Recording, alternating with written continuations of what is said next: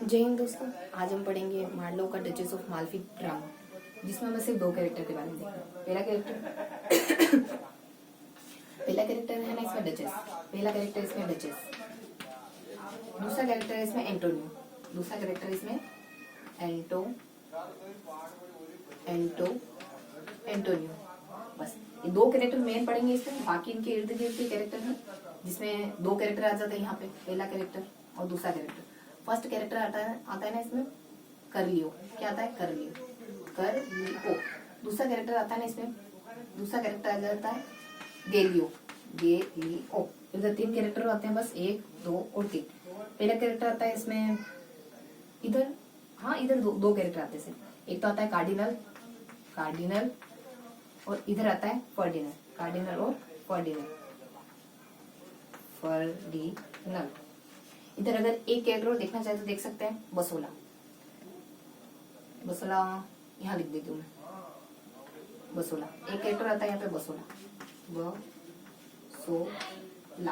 देखो, तो इस पूरे ड्रामा में सिर्फ इन 5 कैरेक्टरों के बारे में पढ़ेंगे। पहले फटाफट से कैरेक्टर का नाम याद कर लेते हैं, उसके बाद स्टोरी देखते हैं। डचेस और एंटोनियो। डचेस कहाँ की राजकुमारी अपनी, और एंटोनियो ये दोनों क्या है, आपस में कपल है। और बाकी 3 कैरेक्टर इसमें, कार्डिलियो जो करलियो जो कि डचेस की फ्रेंड है। उसके बाद एंटोनियो का फ्रेंड है यहाँ पे डेलियो, और बसोला एक कैरेक्टर यहाँ पे। ये 3 कैरेक्टर इस तरफ है और 2 कैरेक्टर इस तरफ है। देखो, एक है कार्डिलियो और फर्डिलियो दोनों डचेस के भाई हैं। देखो, तो स्टोरी कहाँ से शुरू होती है? ये स्टोरी शुरू होती है ना डचेस से। यानी कोई डचेस है, बहुत खूबसूरत से डचेस है, और कुछ बहुत कम समय में विधवा हो जाती है। और इसके भाई दोनों कार्डिलियो और फर्डिनल दोनों चाहते हैं कि डचेस दोबारा शादी ना करे। क्यों? कारण ये है, जब डचेस ने दोबारा शादी कर ली ना, तो सारी संपत्ति इसके होने वाले पति को और इसके होने वाले पति को चली जाएगी, इसके होने वाले पति को, इसके होने वाले बच्चे को। और ये दोनों भाई नहीं चाहते कि डचेस कभी शादी करे और इसकी संपत्ति उनके बेटों में, इनके पति में उसमें बढ़ जाए, ताकि इन दोनों को संपत्ति मिल सके बस। और इधर आता है ना, बस डचेस एक दिन दरबार में बैठी होती है, तो इसका साथी होता है ना, देखो, डचेस एक दिन दरबार में बैठी होती है, मतलब कि उसका दरबार चल रहा होता है अच्छा खासा। और इधर होता है हमारे डेलियो और करलियो। देखो, डेलियो और करलियो और एंटोनियो कौन होता है? एंटोनियो डचेस का एंटोनियो होता है ना। वैसे तो ये दोनों कपल होते हैं, लेकिन एंटोनियो एक सेनापति होता है जो फ्रांस से लौट कर आया होता है। तो एंटोनियो डचेस को दरबार में बैठा हुआ, और वो भी एंटोनियो डचेस को कह रहा है, उसके फ्रेंड एंटोनियो जो उसका फ्रेंड है, इसका फ्रेंड है ना डेलियो को कह रहा होता है एंटोनियो कि देखो डेलियो, एक डचेस कितनी सुंदर है, उसके दोनों भाई कितने बेकार है, और ये बिल्कुल नहीं चाहते कि डचेस को दोबारा शादी हो। डचेस की एक बार शादी हो चुकी है, कम उम्र में विधवा हो चुकी है डचेस। और एंटोनियो कहता है डेलियो को, पास में दरबार चल रहा है, पूरा दरबार चल रहा है, डचेस आराम से कुछ अपने फैसले से सुना रही है। और एंटोनियो डेलियो को कह रहा है कि सुनो डेलियो, ये डचेस के दोनों भाई ना, ये बिल्कुल नहीं चाहते कि डचेस की शादी दोबारा, क्योंकि उनकी सम्मति बढ़ जाएगी फिर ऐसा हुआ तो। और वही हमारे एक व्यक्ति आते हैं हमारे कार्डिनल और फर्डिनल। अब ये दोनों भी वही दरबार में, उसके भाई, क्योंकि डचेस तो उसकी बहन है, तो डचेस, कार्डिनल और फर्डिनल दोनों उसके दरबार में है। तो कार्डिनल और फर्डिनल को चिंता होती है, और वहाँ बसोला दरबार में खड़ा होता है। तो फर्डिनल बसोला को बुलाकर कहता होता है, बसोला एक्चुअली होता कौन है? बसोला है ना कार्डिनल का एक नौकर होता है, जो हाल फिलहाल में अभी जेल में गया होता है खून के कत्ल के सिलसिले में। और जैसे ही छूटता है ना, तो फर्डिनल उसको अपने पास में बुलाता है, कहता है कि सुनो बसोला, तुम है ना मेरी बहन पे ध्यान रखना कि कभी शादी वादी के चक्कर में ना पड़ जाए, क्योंकि अगर ऐसा हुआ तो फिर संपत्ति हमारे हाथ से चली जाएगी। बसोला वैसा करना तो नहीं चाह रहा था मन ही मन, लेकिन अपने मालिक की बात मानता है, यानी अपने जिसके अंडर ये काम कर रहा है उनकी बात मानता है। और बसोला राजी हो जाता है ये इन पे निगाह रखने के लिए, डचेस पे निगाह रखने के लिए, कि ठीक है मैं डचेस पे निगाह रखूंगा और देखूंगा कि डचेस शादी ना करे। बस ऐसा चल रहा होता है। और फिर ये दोनों इनसे बात कर ही लेते हैं, बसोला से बात कर ही लेता है फर्डिनल। और जैसे हमारा दरबार खत्म होता है ना, ये कार्डिलियो और फर्डिलियो डचेस से मिलने के लिए जाते हैं उसके रूम में, और कहते हैं देखो डचेस, शादी वादी के चक्करों में नहीं पड़ना आपने, शादी बहुत बेकार चीज होती है, ऐसे उसको मतलब बहला रहे होते हैं, फुसला रहे होते हैं। और जैसे ही निकलते ना दोनों में, डचेस क्या करती है? डचेस कहती है अपनी मेड सर्वेंट में से, उसकी नौकर होती है करलियो, तो डचेस कहती है कि शादी तो मैं करूंगी, चाहे मेरे भाई कितना बना, शादी तो मैं करूंगी, और करूंगी इससे, और करूंगी किससे? एंटोनियो से। एंटोनियो जो उसका सेनापति होता है ना, हाल फिलहाल में आया होता है। और एंटोनियो उधर एंटोनियो भी दरबार में डेलियो से बात कर रहा होता है कि डचेस कितनी सुंदर है, उसके भाई कितने क्रूरल है। तो ये दोनों आपस में, इन दोनों की अच्छी बनने लग जाती, मतलब ये दोनों आपस में एक दूसरे के लिए कुछ फील कर रहे होते हैं। और इस तरीके से स्टोरी आगे बढ़ रही थी। फिर क्या होता है कि ऐसे ही समय बीत रहा होता है, और डचेस और एंटोनियो आपस में शादी कर लेते हैं। और डचेस और एंटोनियो आपस में शादी कर लेते हैं सबसे चुपके छुपा के। और उधर फर्डिनैंड ने बसोला को दे ही रखा होता है इसका जिम्मा सारा, डचेस और एंटोनियो का सारा जिम्मा उधर बसोला को दे ही रखा होता है। और फर्डिनैंड अब बसोला इन पे निगाह रखता है, और उनको लगता है इनमें कुछ तो गड़बड़ है, डचेस और एंटोनियो के बीच में कुछ तो गड़बड़ चल रही है। तो बसोला इन पे निगाह रखता है और एक दिन क्या करता है कि इसको एहसास होता है कि शायद डचेस माँ बनने वाली है। तो डचेस को ये एक प्रीकोट फल लाके ना डचेस को खिला देता है कि पता चल जाएगा अगर वाकई में डचेस माँ बनने वाली होगी तो कुछ रिएक्ट करेगी दवाई, और अगर नहीं होगा तो कुछ होना नहीं है वैसे भी। तो बसोला इस तरीके से डचेस को दवाई खिला देता है। और होता क्या है कि डचेस उसके फलस्वरूप बीमार हो जाती है। डचेस जैसी बीमार होती है तो बसोला कंफर्म कर लेता है कि डचेस माँ बनने वाली। बस अब पूरे महल में हल्ला मच जाता है कि डचेस माँ बनने वाली। तो वहीं इस स्थिति को संभालते हैं ना डचेस और एंटोनिया, इस स्थिति को संभाल लेते हैं आपस में जैसे जैसे करके। और लेकिन बसोला को तो पता चल चुका होता है कि डचेस माँ बनने वाली होती है।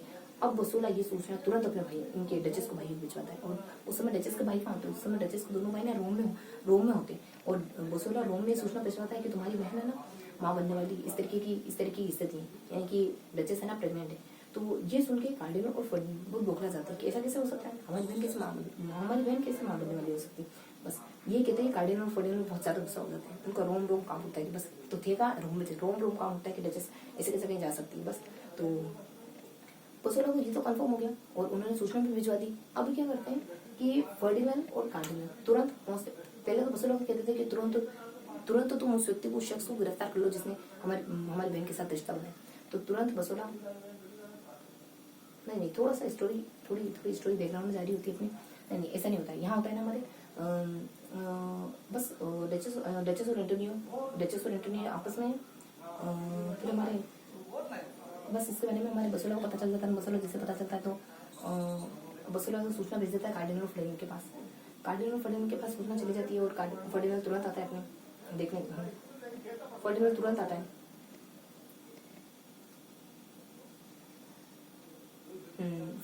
आता है और कहता है इस तरीके से जब बसोला को पता चल चुका होता है ना तो बसोला को एक दिन पता चल जाता है कि हाँ ये मामला किस स्थिति को संभाल लेते हैं। हाँ जब स्थिति को संभाल लेता है ना तो बसोला कंफर्म करने के लिए एंटोनियो को आकर पूछता है कि क्या पता डचेस को और ऐसा कुछ खिला दिया। तो एंटोनियो बसोला से आकर पूछता है उसी समय कि बसोला तुमने कुछ डचेस के दवा में कुछ मिलाया तो नहीं था ना। तो पता चल जाता उसको। तो नहीं बसोला कहता नहीं मैं अपने जहर तो नहीं मिलाया था ना। तो बसोला कहता कि क्या बात करूँ तो मैं जहर मिलाऊँ अपने डचेस को मारूंगा मैं, और बस इस तरीके से बात करते हैं। नहीं मैंने कोई जहर नहीं मिलाया बस। लेकिन वहाँ बसोला को ये तो पता चल चुका है हाँ डचेस प्रेग्नेंट है, मतलब कि डचेस का एंटोनियो को कुछ चल रहा था। ये तुरंत सूचना मिल जाता है अपने फर्डिनेंड और कार्डिनल के पास। और जैसे हमारे फर्डिनेंड और कार्डिनल को सूचना मिल जाती है ना तो हमारे फर्डिनेंड और कार्डिनल बहुत गुस्सा हो जाते हैं और आ जाते हैं और रोम से ना इटली आ जाते हैं यहाँ डचेस के पास। और ये फर्डिनेंड जो होता है ना ये डचेस से मिलने के बारे में सोचता है। जैसे ही डचेस से मिलता है ना फर्डिनेंड और उसके हाथ में तलवार थमाते हुए कहता है कि लो मार लो इस तलवार से अपने आप को, तुमने अपने परिवार की पूरी खानदान की पूरी रेपुटेशन को बिगाड़ दिया। मना किया था तुमने शादी कर ली और तुम माँ बनने वाली, ऐसे मतलब कि तुम माँ बनने वाली। और इस तरीके से तो फर्डिनेंड इस तरीके से बातें करता है डचेस से। डचेस कहती है क्यों मारूंगा अपने आप को, अब मैं अकेली हूँ, अब मेरा हस्बैंड है और मैं शादी कर चुकी हूँ।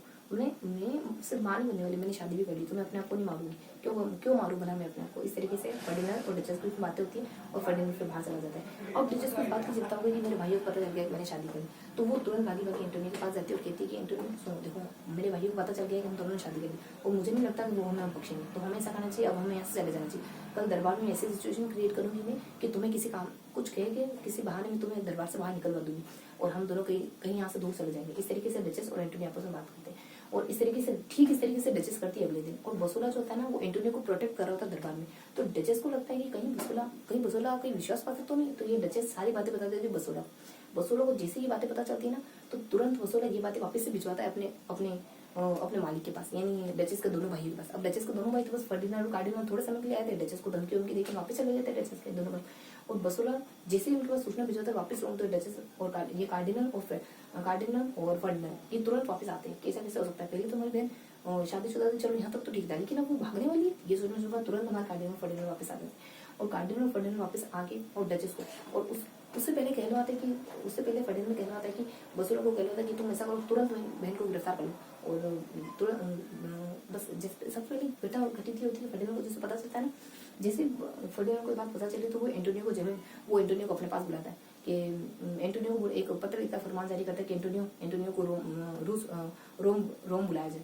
तो एंटोनियो को रोम भेजा जाता है। एंटोनियो वहाँ समझ चुका होता है कि शायद हमारी डचेस की और मेरे बारे में उनके दोनों भाइयों को पता चल गया। तो इस वजह से एंटोनियो क्या करता है कि एंटोनियो मिलर चला जाता है। एंटोनियो डचेस के बड़े बेटे को लेकर मिलर चला जाता है। इस तरीके से मिलर की तरफ निकल जाता है और अब एंटोनियो तो चला गया, लेकिन कार्डिनल और फर्डिनेंड अब आते हैं महल में, आते हैं डचेस के महल में आते हैं, और वहीं अपने बसोला ने डचेस को गिरफ्तार कर लिया होता है और काल कोठरी में डाल दिया होता है। और वहीं जैसे ये फर्डिनेंड मिलता है ना, तो फर्डिनेंड तो कसम खा चुका था कि मैं अपनी बहन की कभी शक्ल नहीं देखूंगा, अपनी बहन की कभी सूरत नहीं देखूंगा। तो ये तो सूरत वहीं जब ये फर्स्ट बार मीटिंग करते हैं, जब बात करते हैं ना कि तुमने शादी कर ली, तो उस समय ये डचेस, ये फर्डिनेंड सोच चुका होता है कि मैं आने वाली जिंदगी में कभी अपनी बहन का, डचेस का कभी चेहरा नहीं देखूँ। तो अभी मिलने के लिए वहाँ कारागार में जाता है, और जैसे ही कारागार में दोनों मिलते हैं आपस में, तो ये कारागार में आपस में मिलते हैं ना, तो कहता है कि मैंने तुम्हारे पति को, एंटोनियो को, तुम्हारे बड़े बेटे को मरवा दिया। हाँ, और कुछ समय जब बीता है ना, तो इसके डचेस के 2 और बेटे हो जाते हैं, यानी कुछ समय बीता है, मतलब कि 2 और बच्चे होते हैं इसके, और बेटी है बेटी ये कंफर्म नहीं करा गया, बेटा है बेटी। और फिर ये इससे मिलने जाता है, तो वो क्या कहता है कि मैंने एंटोनियो को और तुम्हारे बेटे को मार दिया। तो ये सुनकर डचेस बिल्कुल परेशान हो चुकी होती, और वो जीना भी नहीं चाह रही होती। और जैसे फर्डिनेंड ये बात कह के वहां से निकल रहा होता है ना, तब पता चलता है कि एक पागल से सनकी व्यक्ति इसके साथ कारागार में छोड़ दी जाती है, ताकि बच्ची कुछ जो डचेस की जिंदगी ना वो बद से बदतर बन जाए। और वे कुछ समय बाद बसोला आता है, और क्योंकि फर्डिनेंड ने बसोला को कह दिया होता है कि तुम मेरी बहन को मरवा दो, मुझे नहीं चाहिए ऐसी बहन जो मेरे खानदान की जिंदगी को तबाह, मतलब कि मेरे खानदान की रेपुटेशन को तबाह करे। तो इस तरीके से ना फर्डिनेंड जो बसोला को कह चुका था, आदेश दे चुका था डचेस को मरवाने का। तो बसोला आके कहता है डचेस को कि सुनो, मैं तुम्हें मारने वाला हूं। तो डचेस के चेहरे पे शिकन तक नहीं आती, क्योंकि उसको तो पहले ही पता चल गया कि एंटोनियो उसका बड़ा बेटा मार चुका, तो अब उसके पास जीने की कोई वजह नहीं। तो बसोला डचेस को मार देता है, और डचेस को तो मारता ही मारता है, साथ में इसके 2 बच्चे को और इसकी मेड सर्वेंट थी ना अपनी कर्लियो, ये चारों लोग वहीं मारे जाते हैं बस। अब फिर एंट्री होती है हमारे बसोला फिर आता है कि ये फर्डिनेंड फिर आता है देखने के लिए कि डचेस की कैसी स्थिति। तो आकर क्या देखता है, उसकी बहन मरी हुई पड़ी, और जैसे उसकी बहन को इस तरीके से मरे हुए पड़ा देखता है ना, तो फर्डिनेंड का दिमाग के अंदर बिल्कुल खराब हो जाता है कि मैंने क्या कर दिया, मैंने अपनी बहन को मरवा दिया, मैं कैसा भाई हूँ, जितने नाजुक मैंने अपनी बहन को मारा था, एक बार भी नहीं सोचा कि गलती कर दी, मेरी बहन ने माफ कर दी, क्यों ना माफ कर दिया जाए, मैंने अपनी बहन को बना दिया। इस तरीके से बौखलाहट में पागल हो जाता है, और वही गुस्से में बसोला को कहने लगे, बसोला के ऊपर गुस्सा करने लगे कि मैं तो पागल हो गया था, तुम तो थोड़ा ध्यान रखते, तुमने कैसे मेरे ऑर्डर माने सारे। और बसोला को गुस्से में इस तरीके से बातें करना चाहता है। थोड़ा जब कॉन्शियसनेस आती है ना, थोड़ा जब चेतन अवस्था में आता है, तब इसको बसोला को कहता है कि तुम्हें क्या लगता है बसोला कि तुमने जो ऐसा घिनौना काम करा है, तुम्हें इसके पैसे मिलेंगे, तुम्हें जो इसके लिए जो कुछ भी देने वाला था ना, उसमें तुम्हें कुछ नहीं मिल रहा, अब उसका एक अंश भी नहीं मिलने वाला तुम्हें। इस तरीके से कहते था बसोला को। बस इस तरीके से फिर एंट्री होती ना, इस तरीके से स्थिति चल रही होती, और समय गुजर रहा होता है, थोड़ा टाइम बाय टाइम गुजर रहा होता है। और फिर एंट्री होती है जूलिया नाम की लड़की। तो देखो जूलिया वही हमारे, अब देखो बसोला तो फर्डिनेंड तो पागल की जैसे स्थिति में घूमने लगी है, क्योंकि इसकी बहन का मरा हुआ चेहरा देख लिया इसने, मतलब कि कारण अपने आप को मानता है। और वही अब एंट्री होती है इस नाटक में कार्डिनल की एंट्री इस तरीके से होती है। कार्डिनल जो होता है ना, वो बसोला को बुलाता है और कहता है कि देखो ये बात अब तक जो किसी को नहीं पता है ना कि डचेस के मरवाने में मेरा भी हाथ था, ये बात तुम किसी को बताओगे नहीं। और जब ये दोनों आपस में इस तरीके की बातें कर रहे होते हैं ना, तब एक जूली नाम की लड़की की निगाह पड़ती बसोला पर, वो कहती अरे ये तो बहुत स्मार्ट सा आदमी, ये कहाँ ले गया था। तो बस इसी तरीके से उसको मन में उसके बसोला की प्रति फीलिंग आती है, और जूली जो है ना वो बसोला को पसंद करने लग जाती है, और बसोला के साथ अफेयर में हो जाती है। और फिर जूली बसोला आपस में अफेयर में होते हैं। तो एक दिन बैठ के आराम से बातें कर रहे होते प्यार से, तब बसोला जूलिया को कहता है कि जूलिया देखो, तुम ऐसा करो, तुम कार्डिनल के पास जाओ, उसको कहो कि वो है ना कन्विंस कर ले कि डचेस के मरने में उसका भी हाथ था, और हो सके तो मेरे पैसों के बारे में बात करना, बस ऐसा कुछ कहता है। और फिर हमारे जूलिया जाती है कार्डिनल के पास, और कार्डिनल ठहरा शातिर आदमी, तो जूलिया उसको कैसे कन्विंस करी होती है कि तुम ये बात मान लो, तुमने डचेस के मरवाने में तुम्हारा भी हाथ है। तो कार्डिनल को आता है गुस्सा, और अगले दिन पता चलता है कि जूलिया मारी गई, और उसके मरने का कारण पता चलता है कि वो ना एक कोई विशेष किताब है ना, उसको किस करने के कारण मारी गई। तो इस तरीके की एक अजीब सा कारण पता चलता है जूलिया के मारने का। बस इस तरीके से बसोला ये बात सुनकर बहुत बौखला जाता है कि कार्डिनल जो उसकी एक टाइम में जो उसकी लवर थी जूलिया, उसको मरवा सकता है, तो मेरे साथ क्या हास्य कर सकता है कार्डिनल। तो जो भी कार्डिनल कह रहा है ना, बसोला ऊपर से मारने के लिए राजी हो जाता है। ठीक है, तो कार्डिनल क्या कह रहा होता है, कार्डिनल ये कह रहा होता है कि तुम है ना एंटोनियो को मरवा दो, जो एंटोनियो अपने मिलर में ना, एंटोनियो को मरवा दो। तो बसोला ऊपर से तो हाँ कर लेता है, लेकिन अब विचार होता है कि नहीं, अब मैं, क्योंकि अंदर ही अंदर इसको भी बात अच्छी नहीं लगती है कि डचेस के मरने में इसका हाथ है। तो बसोला कहता है कि मेरी वजह से डचेस मारी, लेकिन मैं एंटोनियो को नहीं मरने दूंगा। वो फैसला कर लेता उस समय, मैं एंटोनियो को नहीं मरने दूंगा। और कार्डिनल चाहे कुछ कर ले, मैं एंटोनियो को नहीं मरने दूंगा, ये फैसला कर लेता बसोला। और फिर स्टोरी आगे बढ़ रही थी, और फिर क्या होता है कि ये कार्डिनल अपने कमरे में दरबारे से बात कर रहे होते हैं। बस एक बार बसोला एंटोनियो को मार दे, उसके बाद तो मैं खुद ही बसोला को अपने रास्ते से हटा दूंगा। तो ये बात जब कार्डिनल महल से गुजर होता है ना, तब उसको पता चल जाती है, और जैसे ये बात सुनता है ना, तो तब कार्डिनल बसोला को बहुत गुस्सा आ जाता है, और बसोला उसी रात को एंट्री करता है महल में। उसी रात को एंट्री करके महल में बसोला को कार्डिनल के मारने की प्लानिंग बनाता है। तो बसोला जब कार्डिनल को मारने की प्लानिंग बनाता है, तब हमारी एंट्री हो जाती है एंटोनियो की। एंटोनियो जो अपने मिलर चला जाता बड़े बेटे को लेकर, तो एंटोनियो की एंट्री हो जाती है। और वहीं अंधेरे में बसोला ना बाय मिस्टेकली कार्डिनल के जगह एंटोनियो को मार देता है। और जैसे उजाला होता है बसोला को पता चलता है ये क्या करा मैंने, एंटोनियो को मार दिया मैंने। तो ये बात ये सहन नहीं कर पाता। और उसके बस अब गुस्सा आ जाता है इसको कार्डिनल के प्रति। अब कार्डिनल के प्रति इसके मन में इतना गुस्सा बढ़ जाता है कि इसके सिर पर खून सवार हो जाता है और कार्डिनल को मारने के लिए निकल जाता है। बसोला कार्डिनल को मारने के लिए निकल गया। और अब बसोला और कार्डिनल के आपस में हाथापाई है। और आपस में ये जो बसोला है ना, ये कार्डिनल को 2-3 घाव दे देता है। और उतने एंट्री होती है। और उससे पहले ना कार्डिनल सबके सामने सूचना भी कर चुका होता है कि आज रात को, जब वो अपने दरबार में उससे पहले एक सूचना कर चुका होता है वो कि आज रात को कोई चाहे कितनी आवाज है, कोई अपने कमरे में से बाहर निकलेगा आज को चाहे कितनी आवाज है। क्योंकि उसने तो बसोला को कह दिया था कि आज वो एंटोनियो को मनवाने वाला था, है ना। ये बात पता थी कार्डिनल को तो कि आज एंटोनियो को मानेंगे तो कोई बाहर नहीं आ जाए, कोई चिल्ला चूट उनके बाहर नहीं आ जाए, उनकी योजना विफल नहीं हो जाए। बस ये सोच के कार्डिनल ने ऐलान कर दिया था पूरे दरबार में कि ऐसा होगा आज को, चाहे कितनी भी नॉइस आए, कितनी भी वॉइस क्यों ना आए, कितनी भी तुम्हें चिल्ला चूट की आवाज क्यों ना सुनाई दे, लेकिन कोई भी दरबार में कोई भी अपने रूम से बाहर निकल के नहीं आएगा। इस तरीके का ऐलान कर चुका, इस तरीके की पूरी कमिटमेंट कर चुका होता है, पूरे सभा में इस तरीके की बात फैला चुका होता है। और फिर बसोला और एंटोनियो आपस में लड़ रहे होते हैं। इतने आ जाता है फर्डिनैंड। देखो फर्डिनैंड तो पहले अपने डचेस के मरने की वजह से बुखलाहट में था। तो फर्डिनैंड इन दोनों को ना डेविल समझ लेता है। वो क्या समझता है कि ये दोनों तो राक्षस है। क्या कहता है वो कि मतलब ये अपने दिमागी हालत से बेकार होती है। तो उसमें क्या कहता है कि तुम डेविल हो, तुम राक्षस, अरे तुम राक्षस हो, तुम राक्षस, मुझे मारने के लिए आओ ना, तुम मुझे मारने के लिए आओ। ऐसे पागलों की तरह करता कहता है कि तुम अगर मुझे मारने के लिए आओ तो मैं अपने आप को मारने दूंगा, नहीं मैं अपने आप को तुम्हें ले जाने नहीं दूंगा। ऐसे करके दोनों के सीनों में तलवार घोंप देता है। और इस तरीके से ना फर्डिनैंड कार्डिनल और बसोला के मरने का कारण बन जाता है। और कार्डिनल और बसोला मर जाते हैं। वहीं जब उजाले में इन दोनों का चेहरा देखता है, इसको रियलाइज होता है ये क्या कारण है, अपने भाई को मार दिया और बसोला को मार दिया। इस तरीके से जब इसको रियलाइज होता है ना, तब ये अपनी दिमागी स्थिति थोड़ी ठीक स्थिति में आता है और सोचता है कि हमारे मरने का कारण सिर्फ और सिर्फ हम और कोई नहीं। बस इस तरीके से गिल्ट में ये तीनों मर जाते हैं। और अब जब यहाँ पे सब मर चुके हैं ना, तब एंट्री होती है डेलियो की। और डेलियो अपने साथ किसी एक लड़के को लेके आए। और ये लड़का वही है जो एंटोनियो के साथ मिलर में रहता था, मतलब एंटोनियो और डचेस का बड़ा बेटा। अब डेलियो क्या करेगा कि उसका जो एंटोनियो और डचेस का जो बड़ा बेटा ना, अब उसको यहाँ का ड्यूक बनाएगा, उसको यहाँ का राजा बनेगा। तो इस तरीके से पूरी एक कॉम्प्लेक्स स्टोरी मैंने कोशिश करी है कि थोड़ा सरल समझा पाऊँ। एक पूरी कॉम्प्लेक्स स्टोरी थी हमारी मार्लो की, डचेस ऑफ माल्फी। और जय हिंद, फिर मिलते हैं किसी नेक्स्ट वीडियो में।